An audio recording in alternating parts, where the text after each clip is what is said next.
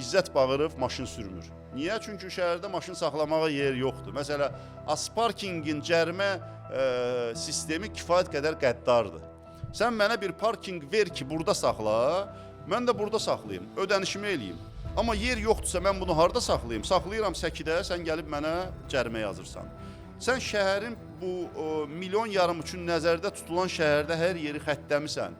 Mən avtobus zolağına çıxıram, sən mənə neynirsən? 80 manat 2 bal. 20 baldan sonra da pravamı əlimdən alırsan. Bəs mən taksi şoferiyəmsə, mən kuryerəmsə, mənim işim avtomobil nəqliyyatını idarə etməkdən çıxırsa, sən məni qazancısız qoymaq təhlükəsi ilə üzləşdirirsən. Olan çatışmazlıqlar.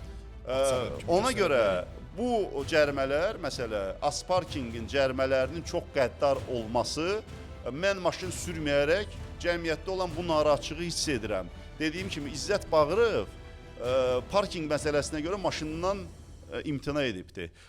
Ayaz Babayev müğənni olaraq bu yaxınlarda deyir, bir aya 300 manatdan çox cərimə vermişəm. Təbii ki, minimal əmək haqqı 400 manat olan cəmiyyətdə aylıq 300 manat cərimə çox dəhşətli bir göstərici.